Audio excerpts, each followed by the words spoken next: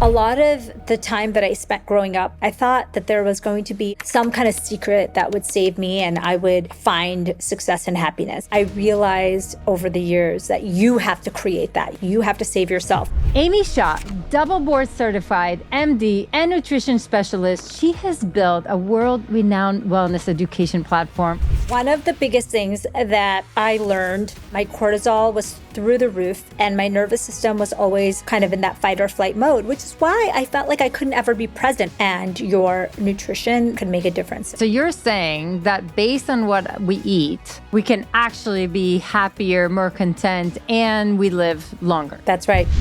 We have studies now that show that 3 days is all it takes of a changed diet to notice improvements. So I don't have to have all these supplements and medications and whatever, like just based on what I eat, we can all get healthier. One of the biggest tips I have is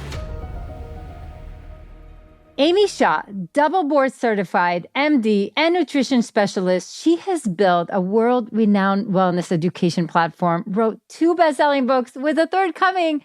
So I can't wait to drill further and learn, but why does someone leave a secured medical path?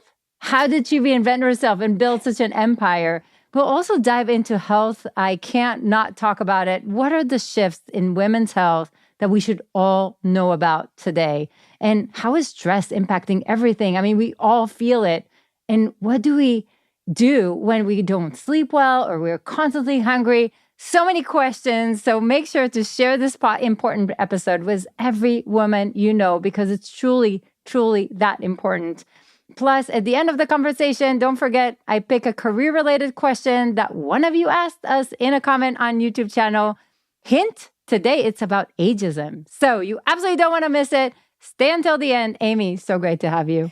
Thank you for having me. Oh, it's going to be so fun because your story is like a classic reinvention story. And I'm sure everybody would love it. But you graduated, I mean, you ticked all the boxes of success. You graduated magna cum laude from Cornell University, right? Like, so take me a little bit into that journey of, having like all the accolades, the residency, the fellowship, and what happened. So basically, I did all the things that I thought I needed to do to get success and happiness. But I ended up in a place where I really hated the person in the mirror every day. I hated how I felt, I hated how I looked, and I didn't enjoy the work I was doing because I thought I could be doing something with a bigger impact. But take me there. I mean, you've done residency, fellowship. Correct me if I'm wrong, like Einstein, Harvard, Columbia, like 2 board certified, internal medicine, allergy, immunology, like you've done like all the things that, my parents, like when I grew up, I had 2 options. Like I could be a lawyer or I could be a doctor. Like that's right. You lived my life. That could have been my life, right? So take me there. Like you've ticked all these boxes. What was it in the mirror that wasn't made? Like, why were you not happy? Well, I lived a life, Ilana, like a lot of people do. I would rush. As soon as my alarm would ring, I would rush out of bed, rush to work. I wouldn't even know what I was doing because I was in my head. I was just kind of going through my to-do list for the day. And then I had a very stressful, busy practice, and I would be rushing through there because I needed to get done on time so that I could pick up my young kids. And what was happening is I thought that success meant that I wasn't allowed to sleep, that I wasn't allowed to get exercise that I loved, like outdoor hikes and walks. I thought it had to be super high intensity. And I was doing all the things that we hear about, entrepreneurs or really successful people doing, waking up at 5 a.m. and drinking coffee and then going for a heavy workout. And what I realized is that wasn't working for me. And the work that I was doing, and nobody here is, unfamiliar with the healthcare crisis in America. Like I felt like medicine that I was practicing wasn't serving my patients in the best way. And so I was not really satisfied with my career. I felt like I wasn't doing enough to be a good mom because my mom never worked. and my grandmother's never worked. And so I always had the guilt, the mom guilt. And so it was a combination of never giving myself time to actually take care of my body or my mind, and trying to fit into what society kind of told me was expected of me as a person who could handle anything, the mom that can do it all. And that was the false fallacy for me. And so one day I looked in the mirror and I was like, this is not the person I want to be. I was cranky. I was tired. I was stressed, and I was always in my head instead of being present. And I had, gut issues, and I had hormone issues, and I couldn't think straight. I thought I had mom brain, and I was starting to go through perimenopause. And then one day I was rushing out of the office to try to go get my kids. And one of my partners said to me, hey, can we do a quick meeting? And my medical partners. And I said to him, instead of saying, no, I have to go get my kids, I said, sure. And I was just too embarrassed to say that I had to go and get my kids. And so I stood there in the meeting, like really stressed out and thinking in my mind, like how many minutes I had until I would needed to go get them. And I rushed as soon as the meeting ended. It was much later than I had expected. I ran out the back door, ran, down the back steps into the parking lot, into my car, and I drove as fast as I could to the karate center where my kids were going to be. Now, on the way to the karate center, the last left turn that I was making to go there, I got into a huge multi-car accident. And all the airbags went off, and I was spinning for what felt like minutes, and I hit the divider. And thankfully, although everything came crashing down around me, I still had the wherewithal, and I thought to myself, oh my God, I got to get out of this car to go get my kids. And I literally opened the door, all the glass is on me, and I'm like starting to walk away. And they're like, no. Like there was like so many cars involved. And it was just such a wake-up call to me that, wow, look at my life. It was like a metaphor. This car accident was really how I felt. Oh my God. And thank you, first of all, for sharing, because I think a lot of us, even though we have, all these realizations, we need this pivotal moment to say, what on earth am I doing? Right. And I think this was your pivotal moment. Like this was the moment that defined you to say, I'm not the Amy that needs to tick all the boxes. I'm the Amy that gets to decide what kind of life I want to live. Am I understanding this correctly? That's right. And, that day was really the wake-up call that I needed to make the change. Because the Amy that I wanted to be, like the person that I wanted to be, I knew that I wanted to be her, but I just didn't really have the time or the space to pursue that. And this car accident kind of forced me into it. And so it was a gift in a way. And I started to think to myself, like, I went to nutrition school, like I went to medical school. I need to figure this out for myself. And as I started to figure it out for myself, I started to share what was working. So take me back in time, if that's okay. So you have this horrible accident. I think sometimes we don't even know who we are until we actually start walking the walk, right? Because we know we need change, but we don't know what that change looks like. It's all vague. So how are you taking yourself from, and you did a little bit of writing and researching and stuff, but how do you take yourself through that journey of finding who Amy is and who she wants to be? Because I think in the story of reinvention, I think sometimes that clarity is the hardest piece. Yeah, it is the hardest piece. And I honestly didn't know how to get there. But what I started to do is I just started to take care of my body and mind. I just thought, let me just start with the easiest thing that I know how to do, which is health. And when I started to change the inside, the other things just happened as a consequence of that. Right. And that's incredible to me. So you're starting, I think, like you're writing about, you're researching, and slowly, when was the moment that you're basically like, that's it, I'm leaving. Like I'm leaving the steady job. I'm leaving everything that theoretically I learned from. And Now, the truth is, what you learned also created the Amy empire that you have today. But I think sometimes it's like that's the scary piece of like, what am I leaving it all behind? Like, I've just dedicated a decade of my life or more into this. So, what is that moment when you're like, okay, that's it. I'm actually leaving. I'm doing this thing. I'm doing this entrepreneurship thing that I don't even know where it's going to take me. Well, Ilana, what I did for many years, for about almost 10 years, I didn't leave my job. What I did is I consciously told my practice that I was going to work a few less hours a week. I decided that I was going to take care of my health, and I decided I was going to pursue something that I was really passionate about. But I was doing, and I think that's a really great message for a lot of people who are trying to figure out what to do. For me, it made sense to start this new thing, but also have my practice but a scaled down version of it. And so that I could do both. And that was really helpful for me to get everything started. And it wasn't until I really got established where I felt like I couldn't do both where I left. And I love that story. And that's why I wanted you to share it a little bit, because I think there's a little myth around burning the boats. And I don't think Yes. burning the boats is right for most Yeah. people. And I think, in fact, when you can start creating that brand for yourself, the evidence that this is true, the evidence that this is real, the branding that you can actually make it, then you can actually leap a lot more successfully and you're going to be happier, et cetera. So I actually wanted you to share that piece because Good. I think it's important. Like for people, sometimes it's like, I need to leave everything behind. And not really. Like there's ways to create portfolio career, which is actually the future of work anyway today.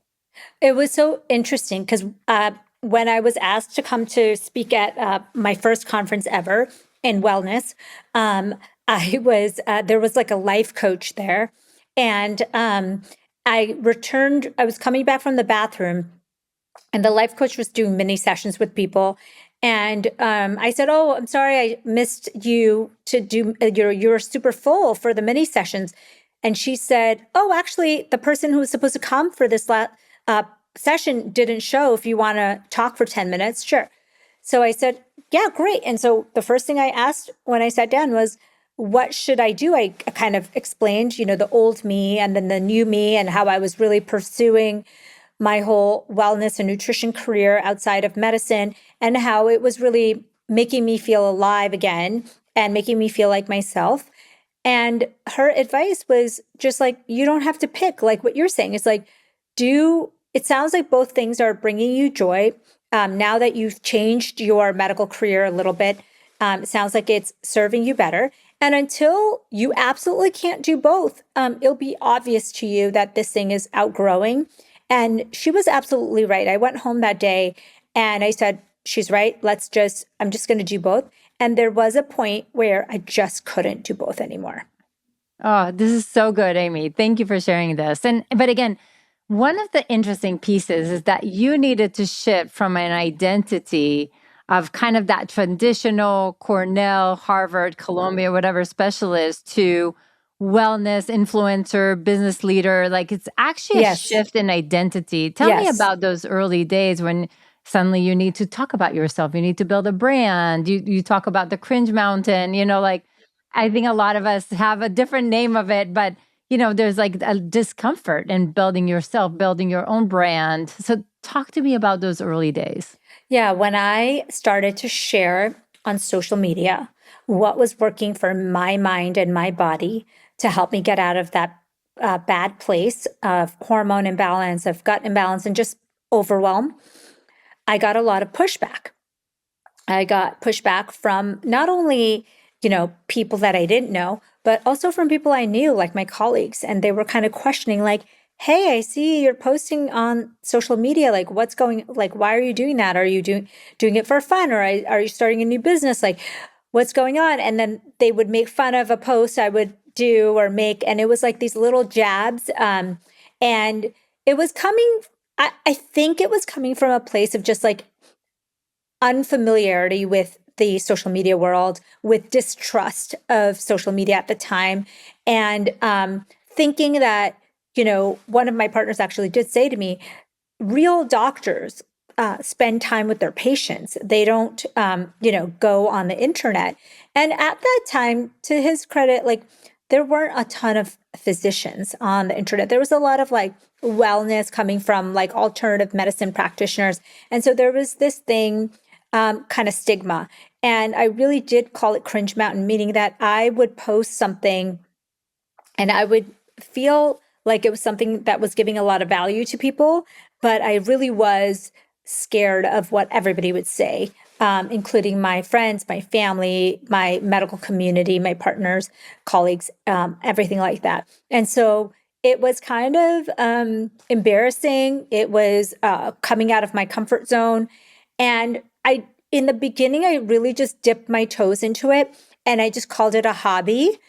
Because I was afraid to say that this is what I really wanted to do. But deep inside, I always knew that's what I wanted to do. Wow.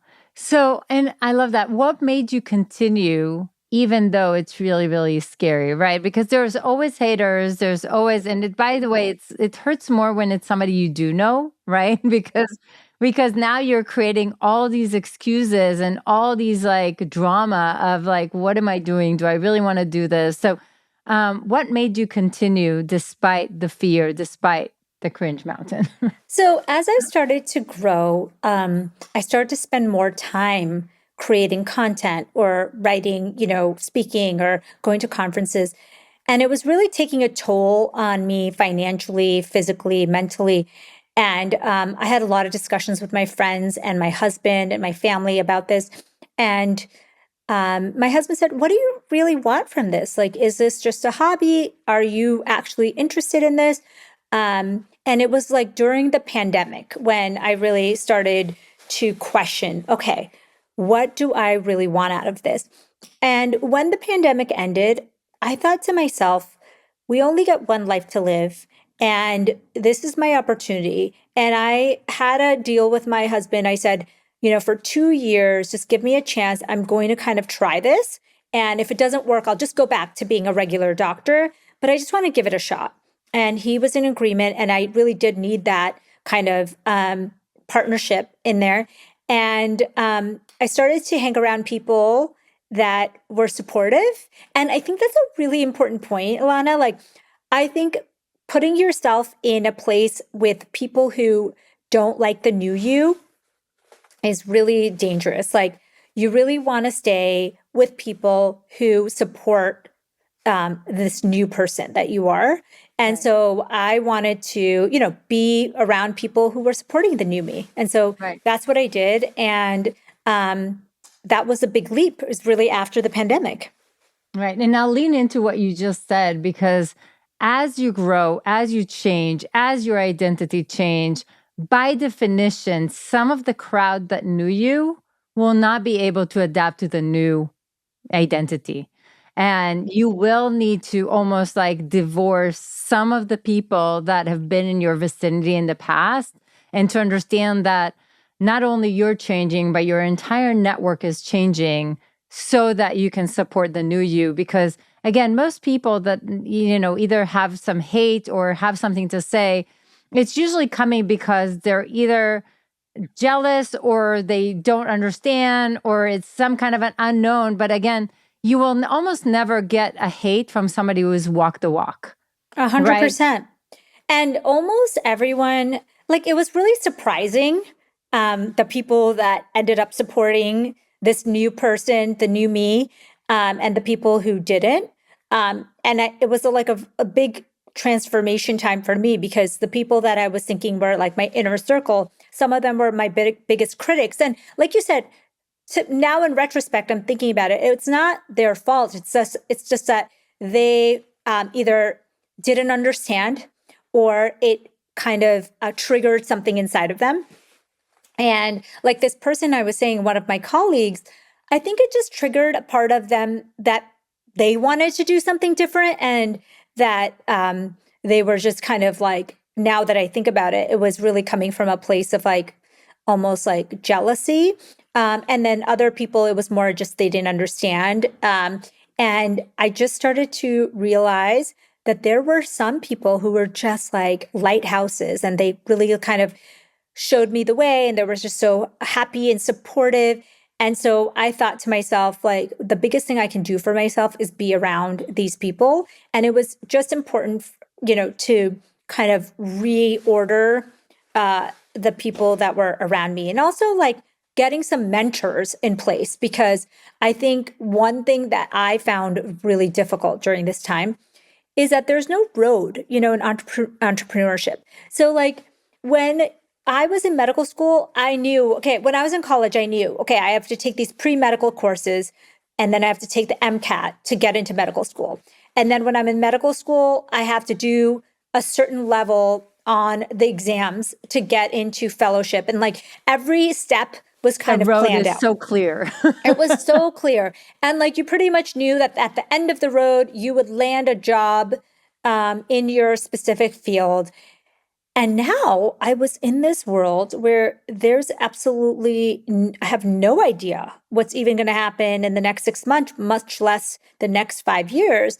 And so I had to surround myself also with people who were like a few steps ahead of me to kind of understand, where this could go, because I didn't really have anybody that I knew. And so I had to kind of collect a few people around me that, I could kind of see and watch what they were doing. I think that really was the accelerator to my growth. Is anytime I've spent time, physical time with people who were doing really cool, amazing, even in different fields than me, I think it gave me more confidence. Two, it showed me little things that I could be, doing that could help. And also showing me that it's possible.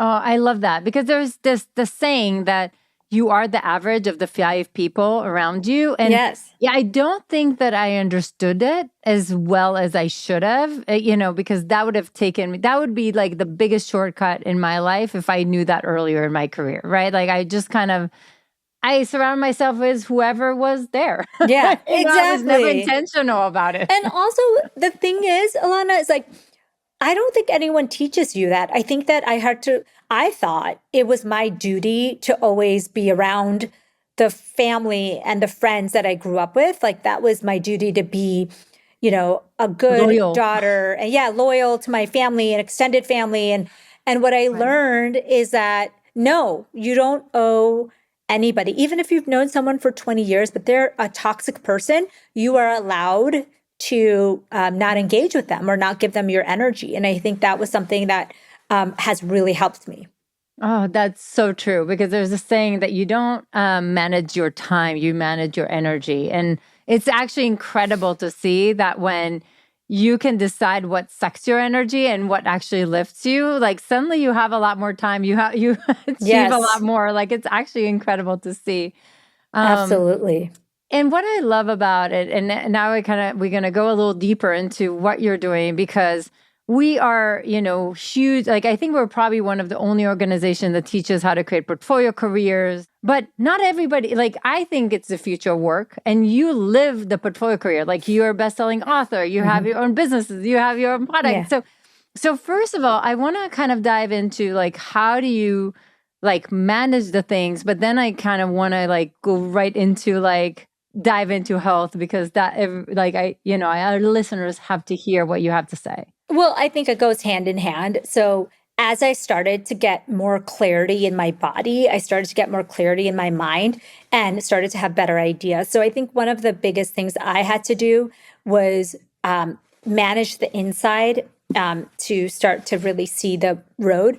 And just like we said, there's no like path. And even now, when I look at 2026, I have no idea, honestly, what to expect, because I have plans, but life has plans as well. And I'm keeping space for opportunities that I don't even know of yet, which is what happened in 2025. And so I had to get really clear about what the old me needed to become the new me. And that has become my brand. My brand has become all the things that I think the old me needed. And so my new book, Hormone Havoc, it's like a handbook with nutrition and lifestyle habits that the old me needed. I mean, we need to advance women's healthcare in this world and especially this country. And I thought to myself, like, wow, wouldn't it be cool to have a science-backed handbook that women could have? So that was how I wrote that. And then same thing with my content on social, with all of the partnerships. I'm doing some product development. And all of my scientific advisory work, I try to think of myself as advising the old me. And so that's kind of how I've kind of built the whole ecosystem. And some of it has come to me, but some of it I've sought it out. Right. And I love that. So I want to go there for a second because Hormone Havoc is releasing soon. But I want to talk a little bit about, like, if I'm taking myself back in time, you're right. Like in my 30s, the whole, at least for me, the term premenopause or, any kind of shifts around it was absolutely something I was unaware of. Like maybe I lived under a rock. It's very possible, but I had no clue. So let's talk for a second about what should women do to be a lot more proactive about health, and what do you know now that you wish you knew earlier, or at least give us a little bit of bites? Obviously, everybody needs to read the book, but I agree. So one of the biggest things that I learned was that my cortisol was through the roof, and my nervous system was always kind of in that fight or flight mode, which is why I felt like I couldn't ever be present. I was always thinking, like, my to-do list was always going. And then if I would wake up in the middle of the night, oh, just forget it. I would be awake for hours and hours because my stress was so high, and my nervous system was so wired that way. And so one of the things I kind of talk about in the book is, like, what are the first few changes that you would make into your life and your nutrition that could make a difference? So for nutrition, that's, my specialty. I started to think, what are the science-backed ways that we can change our health, and especially while our hormones are changing? And what is something that actually women would do?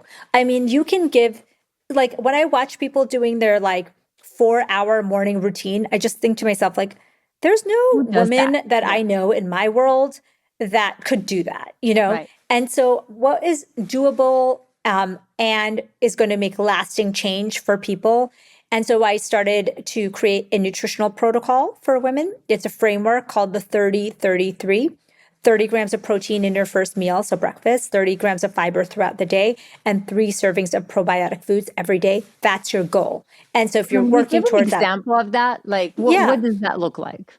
So you might have an egg scramble in the morning with veggies and some probiotic cottage cheese on the side. So that gives you your protein, 30 grams, and it gives you a little bit of 1 serving of your probiotic food, and the veggies can be some fiber. And then, and for lunch, you might have another, like, avocado veggie salad, or stir fry with some protein on it. And so you get your fiber again, and then maybe you use some apple cider vinegar as your dressing, so you get another probiotic food. And then for dinner, you might have, potatoes, sweet potatoes, full of fiber. You might have berries as a snack, and you might have another protein, lean meat or lentils for dinner. And then maybe with your dinner, you have a little bit of sauerkraut or kimchi, like 1 spoon, or even a serving of yogurt. And you get your third probiotic food. Why are these things so important? Like, suddenly there's, like, again, I didn't even know protein is that important. And suddenly everybody's all around proteins and fibers. And, like, talk to me a little bit of why is it so important? Okay, so let's start backwards. So probiotic foods are something that every culture in the world used to have because it was a way of preserving things. Like fermentation was a way to preserve foods before refrigerators and all the processing that we do to foods. So we kind of lost that art. What we found is that eating probiotic foods, the cultures that still do that, or the ancient cultures, traditional cultures that still do that, they have a very strong gut. Like there's bacteria in our gut that eat, and fermented food is like bacteria that adds to the gut microbiome. And so we found improvements in anxiety, in mental health, in happiness, motivation, fatigue. In fact, to the point where there's a whole new area of science called psychobiotics, which they're trying to figure out which bacteria we can be ingesting to actually change our mood or stabilize a mood if you have a mood disorder, or to boost mood if you're depressed, or to calm mood if you have ADHD. All of those things are coming because we have so much data that eating fermented foods can actually support our brain in so many ways.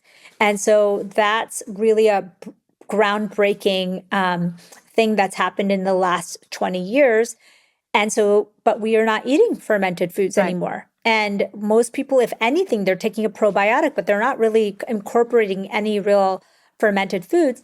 And so that is something that we want to do. And then fiber is actually food for the gut bacteria. So fiber has been shown in so many studies to improve health that they found that in typical American, if they just eat 5 more grams of fiber, which is like a tablespoon of chia seeds, they would extend their life 7 to 10%. Like What? all-cause mortality, because fiber, our gut bacteria and our gut microbiome is so intertwined with health. And so that fiber piece is from that. And then the protein piece is because our gut loves protein, and we're breaking down a lot of muscle during these hormonal transition of perimenopause and menopause. And we need to be lifting heavy weights and eating protein to support that. Otherwise, we will lose so much bone and so much muscle that when we get into our 60s, 70s, and 80s, we won't be able to be functional anymore. And that's where your movement framework is, right? Yes. The 4 days, 3 days. Yeah. So first of all, let me summarize for a second. So you're saying that based on what we eat, we can actually be happier, more content, and we live longer. So basically you're saying, so I don't have to have all these supplements and medications and whatever, like just based on what I eat, we can all get healthier. Am I getting it right? That's right. Wow. So I think that we have studies now that show that 3 days is all it takes of a changed diet that to notice improvements in the gut microbiome. And so it's very quick. It happens very quickly. Our body's very responsive to these changes. And so we should be doing it. Wow, this is incredible. And again, I wish more people talked about it, right? Because again, I think that I would love to eventually talk to you, because I think our instinct is always medication versus like, how do we actually, from the things that are around us, can get healthier instead of just going towards medication.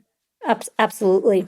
Right. So, but let's talk about the movement framework for a second, because I think that's really, really important. And I think you have a way to put it down to something that is a little more tangible. Like, I think, like you were saying, like when I see these like big, you need to work out 4 hours a day and do all the things, and you know, like, and run marathons, and it's like, okay, it's this so is great for somebody else, and it's not necessary. Yeah.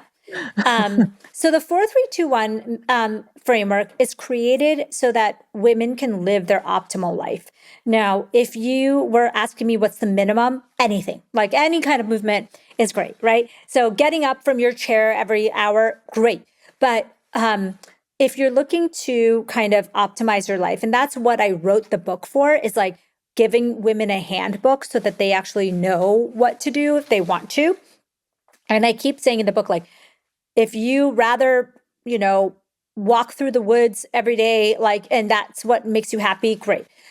So the 4-3-2-1 is like 4 days of an activity that you love. So again, harping on the fact that longest living people in the world, they often have habits that they've had since childhood. Like they love to go on bike rides and they've done it all their lives, and they continue to do that well into the 70s and 80s. And so if you like to hike, or if you like to dance, or if you have a history of dancing and you want to continue that.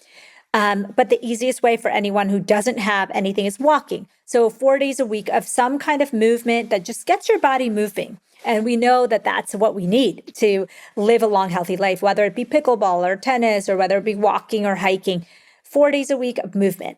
And it can be as simple as going for a walk because you really, there's no barriers for that. And then 3 days a week, you want to do weight training. And this comes from the data that women need stimulus on their muscle and bone for it to make more bone and muscle. And right now, from the time you're 30 onwards, you start to lose bone and muscle mass at accelerated rates as your hormone levels go down. And so it's very important for women, especially for everybody, but definitely for women, to stimulate their muscles and their bones so that they can live a long, healthy, and productive life. And that requires heavy lifting. Heavy lifting meaning like some kind of weights that are going to stimulate that muscle growth. So that can be 3 days a week. So 3 days a week, some kind of weight training. The 2 stands for heat therapy. So we now know that sauna is really good for our health. And we actually know that heated movement, like hot yoga or even hot baths or steam rooms, anything that gets your core body temperature up for 20 minutes or so, is something that can be really protective for your long-term health, for brain health, for hormone health, for heart health. And so incorporating this about 2 days a week. And then the one— Quick question, brackets. Like I remember Richard Branson was always forcing me to do all these like ice bath, and he would literally need to coach me through it. And I hate them, Amy. I hate them. I hate them with passion. What do you think of them? So ice baths don't have as much long-term data on it. And so that's why I left it out of my 4-3-2-1 framework, because if you love it and it makes you energized, go for it. But the data is really not as strong currently for long-term health. And so it's something that if it makes you energized, great, because it does. It kind of energizes people. But I agree, I'm not a huge fan. And the data is not as great for long-term health. I think it's still more of a traditional thing that many cultures did, and it keeps them refreshed and happy and low inflammation. Yes. But do we have long-term data on this? No. Okay, sign me up for sauna. Okay, now we're in. Yeah, sauna is comfortable. It's often, it is uncomfortable, but in a different way. And it has lots of long-term data, especially from that Finnish population who actually does sauna regularly. Almost everybody does it. So, and the last one is the hard one. It's one sprint workout a week. So like a high intensity workout. What we're finding is that high intensity work is kind of necessary to keep our heart really supple and strong. And actually there was a study that showed that you could reverse the age of the heart by 20 years by doing an exercise program for 2 years that included weights, cardio, and then a sprint session once a week. And so that's why I included the sprint session once a week, because most people have not sprinted or done something in that intensity since school. And so really teaching people that like, this is not an optional thing. Like you need to incorporate one session a week, and it can be any form of high intensity, anything that gets your heart rate to 85% of its max, that is considered high intensity. So for a lot of people, it's running, but for some people, it'll be biking or walking uphill or even dancing, for example. That's incredible. And for those who don't remember, how do we calculate that 85% thing? Yeah, so 220 minus your age is a rough guesstimate of your max heart rate. And then you can do 85% of that. But that's very rough. If you really wanted to know, you'd want to get a true treadmill test for VO2 max. Yeah. So yeah, VO2 max is is kind of the strongest predictor of longevity. And that is how well your body uses oxygen at peak exercise. And so that is why getting your body trained for that for once a week is really a great way to keep that heart healthy. Incredible.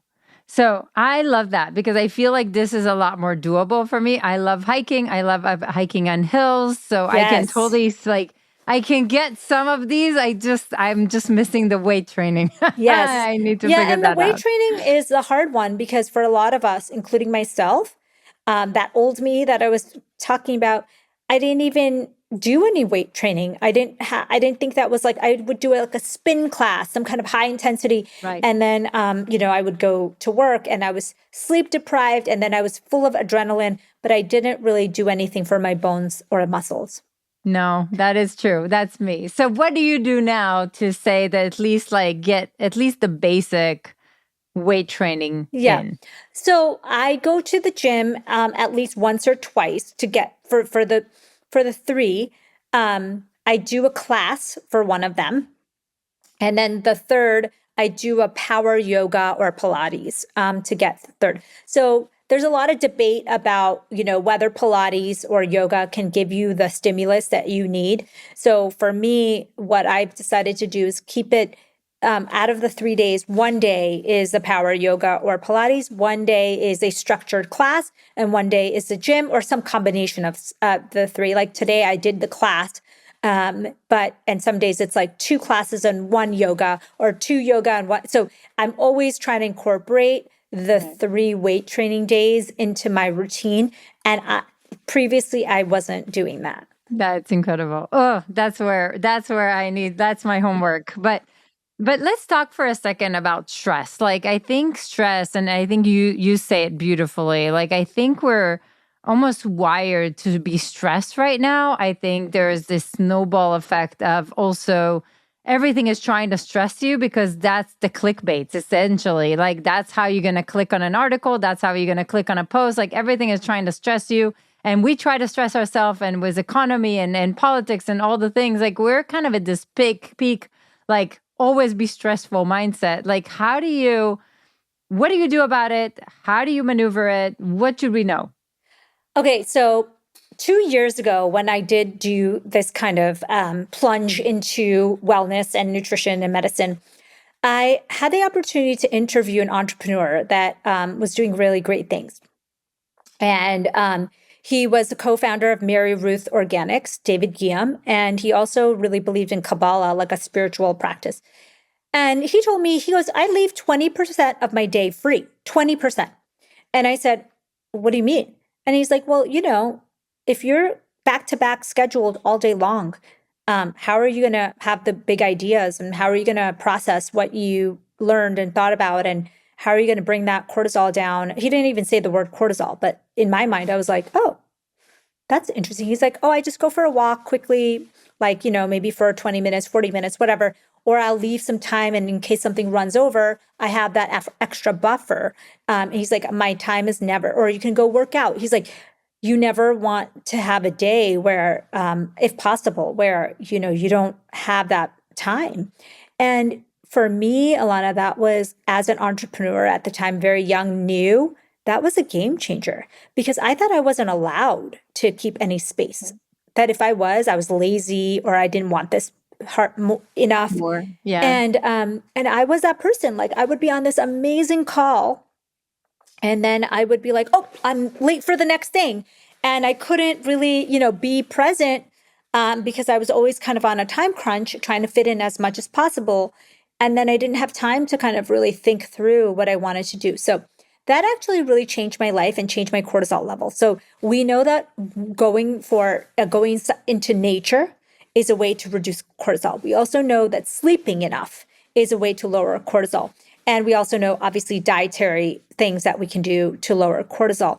So I started to implement this. And the change in my work, to change it from being back-to-back jam-packed to having wiggle room to process my thoughts, to maybe take that call and let it go a little bit longer. Maybe I have a new idea that I want to pursue, and really gave me that space and really brought down my cortisol so I could be present and in the moment rather than always like rushing to the next thing. On the go. Oh, that's such incredible. What would be your tip? Because again, entrepreneurship is hard, and sometimes even just having a job is hard, right? Like no matter where you are, you can lose your boundaries really, really quick. And to guard those boundaries, you actually need to be very intentional, very strategic with guarding those boundaries.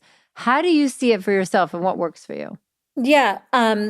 So I make sure that I get a little bit of buffer in the morning. So one of the biggest tips I have for entrepreneurs or for people who are trying to manage their stress is don't have a rushed morning. So whether that means getting up a little bit earlier so you have some downtime, or whether that means starting things a little bit later, but really having I call a slow morning is something that I think changes the game. Getting sunlight, getting a healthy breakfast with 30 grams of protein in, getting some movement, maybe mindfulness, that opportunity is not going to present itself later in the day for most people.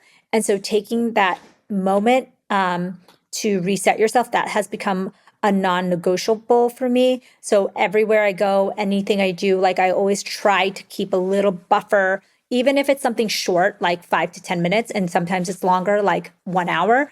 I have that way to start my day. I love that. I love that.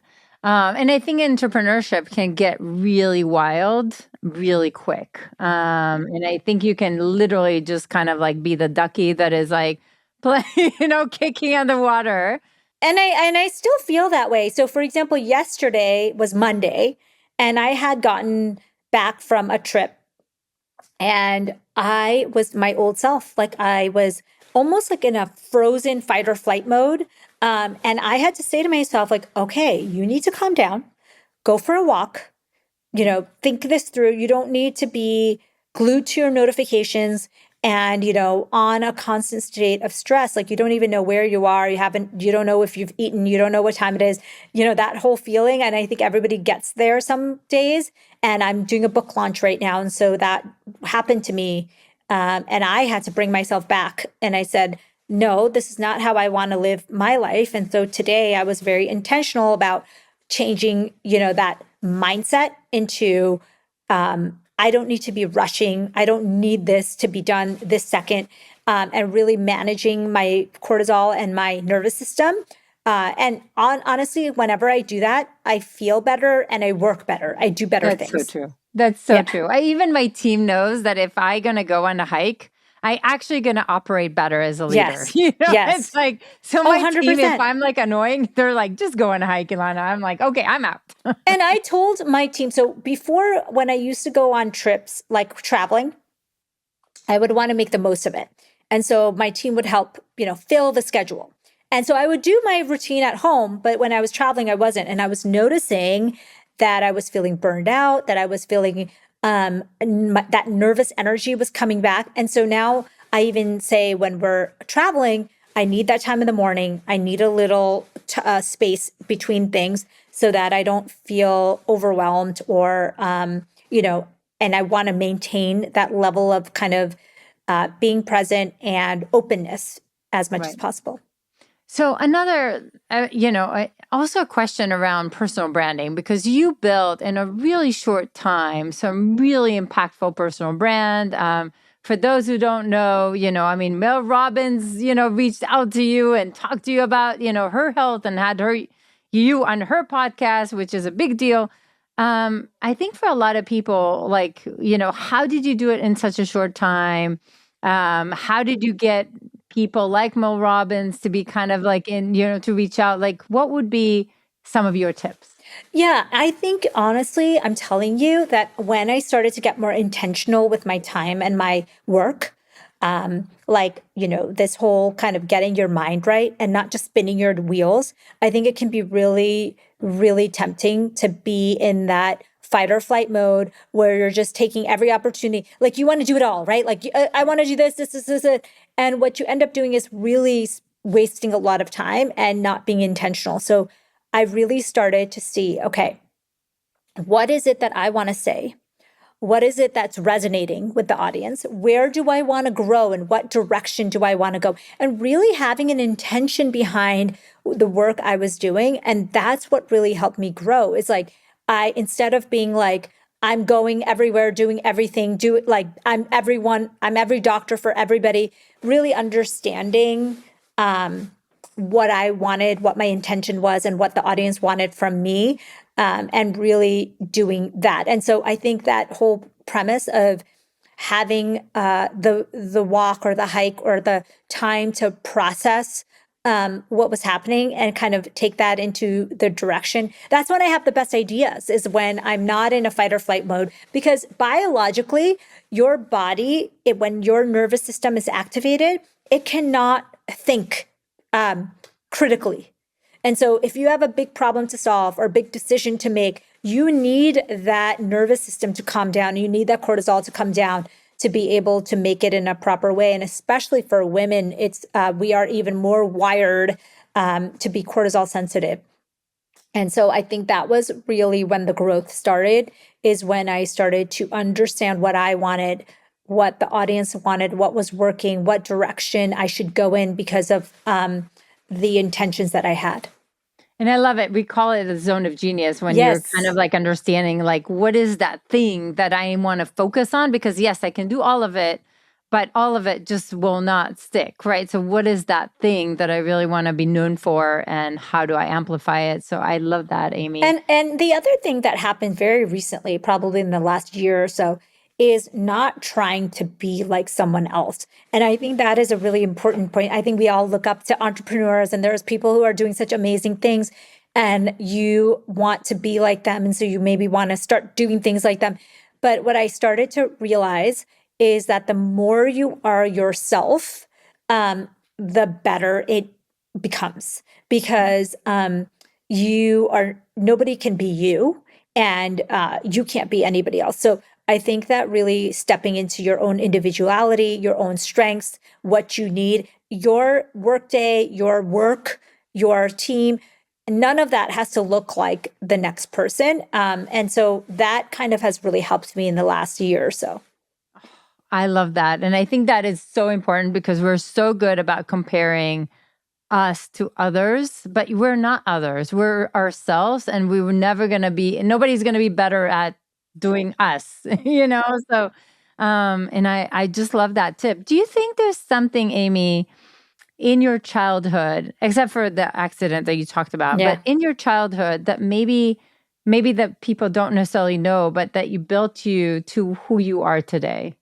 Yeah. I grew up in India until I was 5 years old. And I still know, we had literally, it was so rural where we were living that there was like a horse carriage that took us to school, like preschool.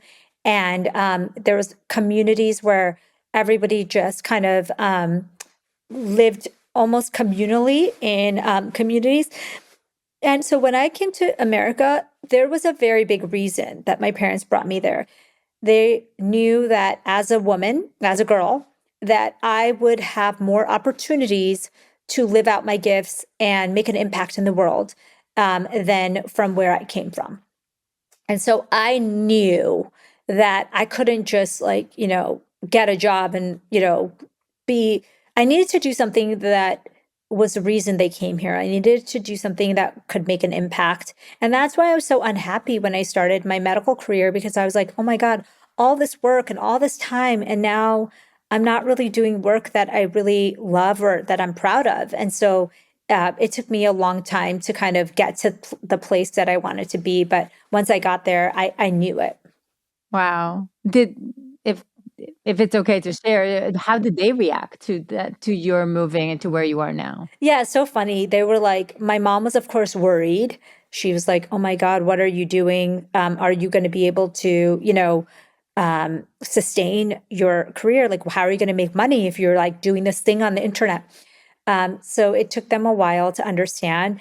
And, but now, of course, they've always been, but they're definitely my biggest fans. And they really did teach me that it's okay to do whatever you want to do and to take risks. I think I learned from my dad, he took a huge risk. He left his entire career and family, and so did my mom, to come to a new country. Like, I can't even imagine doing that and starting from scratch and to build kind of the real American dream. Right. Amazing. Amazing. Oh, such a good share. By the way, where in India did you go? Gujarat. That's my family is from Gujarat. But at the time of when I was growing up, my dad had a job in this small town called Nasik, and that's where that was where the kind of horse carriage and kind of rural place was. Yeah, we just came back from 2 weeks of cycling in India. So that Oh, was like a wow. Where whole were you? different Rajasthan. So Oh, Agra all yes. the way to Not too Jaipur, far. and it was Yes. so Ah, cool. So so beautiful. Wow. it was one of the best experiences of my life for sure. So Amy, if you could go back in time to your younger self, what would you say to her? And maybe that is somewhere around that car accident, or maybe it's right before. What would you say to yourself? I would say to myself, one, I would say go for it. And two, I would say you have to save yourself. So a lot of the time that I spent growing up and in medical school and all this, I thought that there was going to be a medicine or a person or some kind of secret that would save me and I would, find success and happiness. And I realized over the years that you have to create that. You have to create the happiness. You have to create the success. Like you have to save yourself. And so that was one of the things that I would have told her earlier. Oh, that's so powerful. And I think there's a saying, and I might be butchering it, but it's basically like the worst part is it's not a bad career path because that's when it's screaming at you, get out, get out, get out. But it's actually a good career path that isn't yours. And I Yes. think that's the harder one for you to wake up and say, I'm climbing the wrong ladder. This is not my Yes. ladder. Yeah, that's exactly what happened to me, that where I had to understand. But the problem with medicine for a lot of people, could probably relate is there is no other ladder. There's just one ladder. And so it was like nobody knew how to get off that ladder and go to a different ladder because there wasn't one. And so that was the real hard part for me. It's like, do I build something new? Because there's nothing else to do in my Yeah. world. And that's what you did. I mean, Yeah. and now look at your impact and how many people you can touch. Yeah. And I mean, it's just Yeah. incredible I to mean, I me. just wish now that I had gone for it sooner, honestly. Yeah, I say exactly the same. So I love that story, Amy. Thank you for coming on the show and sharing it. It's so beautiful. Oh, I'm so grateful that it was so fun to talk about that. It was so, so good. Okay, so what I want to do now is read you one of the most beautiful reviews that we got. It's on Apple Podcasts. You can find it. It's a 5-star review from Euphoric. I don't know who you are. You have to write me because this is one of the most beautiful reviews I've ever received. And I want to read it to you. So go for a walk with Ilana. 5-star review, Ilana Golan, Leap Academy podcast. That rare thing, a cadence of conversation, not unlike a well-struck bell, clear, resonant, and above all, useful. It doesn't shout at you with a brash certainties of bumper sticker wisdom. No, it leans in, it listens, then it offers something of value. Imagine this, a fire quietly kindled, not for spectacle, but for warmth. That's the energy Ilana brings. Each episode unfolds like a well-crafted story told in a quiet tavern on a cold night. One where the air is thick and the truths and experiences, and no one has anything to prove. The guests, these industry leaders, these builders, innovators, risk takers, aren't brought on a parade, their victories like trophies. No, they come bearing something far more precious, their stories. The hard-won, scarred over truth of what actually works, what doesn't, and why. But it isn't just the story that shines, it's the questions. The questions. Golan's questions are not of clumsy sort meant merely to pass time or prompt performance. They're more like keys. Turned gently, measured, intentional. She unlocks insight where others would find only surface. Her voice is steady, full of curiosity, tempered by wisdom. She walked her own road, and it shows. That's the kind of earned empathy in her tone, and it calls something real out of those she speaks with. Then there's the gifts, the moments you scramble for your phone, trying to tap a note before the idea slips back into the ether. Tools, perspectives, reframe, not platitudes, but practical offerings. These are the sort of ideas you can set on your desk next to your coffee and put to work before lunch. No pretense, no corporate polish masking emptiness, just conversations that matter, where clarity meets heart and where every listener walks away a bit more able, a bit more equipped, a bit more awake.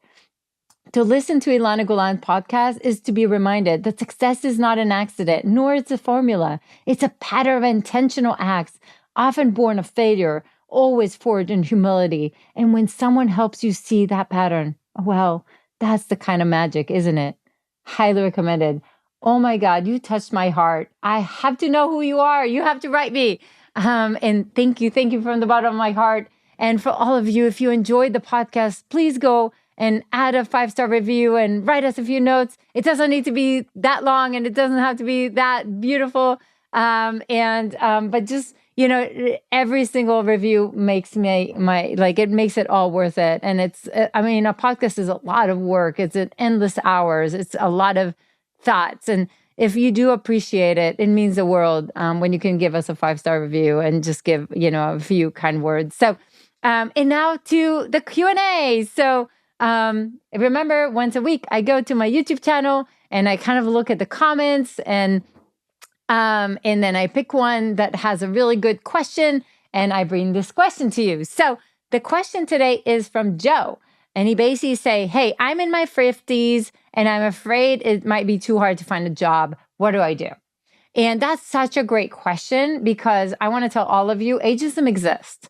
And we can tell stories about whether it's allowed, not allowed, all of these things, but none of this matters. The truth is it exists. So what we need to do is explain to people why they need to hire you because of your age, because of your experience, because of that combination of skills, expertise that you bring to the table that nobody else has. So let me give you an example.